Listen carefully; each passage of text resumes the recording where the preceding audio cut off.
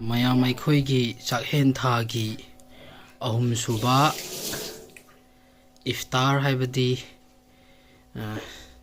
chara henbadu fasting break time gi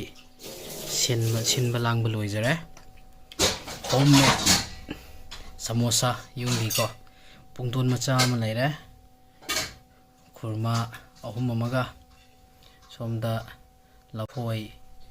apple the watermelon leire rojada so wi sa ba hokre si khoigi khwaidagi chow rojada ni si khoigi rojada so wi sa ba hobi kre ma di lafoi dagi oina han hokre ko sining sigi sigi khoi yalla na tamba rejaksi ko iftar gi se leizare musi padra lokhat le hello mayam ngasi Ramadan gi mari suba iftar gi sanan thaknaba bread pakore semjari ko how rabo bread pakore segai just bread pakore segai ren tois ani ahum ki wari ni mayam mari suba numit ki sinako no hojlakpana mari ni chanla numit sujalae sumaina sum ho kidana tha ma si loi ni khangau roi ko mayam week ma yaurani thang no mai sing moi week ji Saturday Sunday lak pa ji tuni ka slaire sigi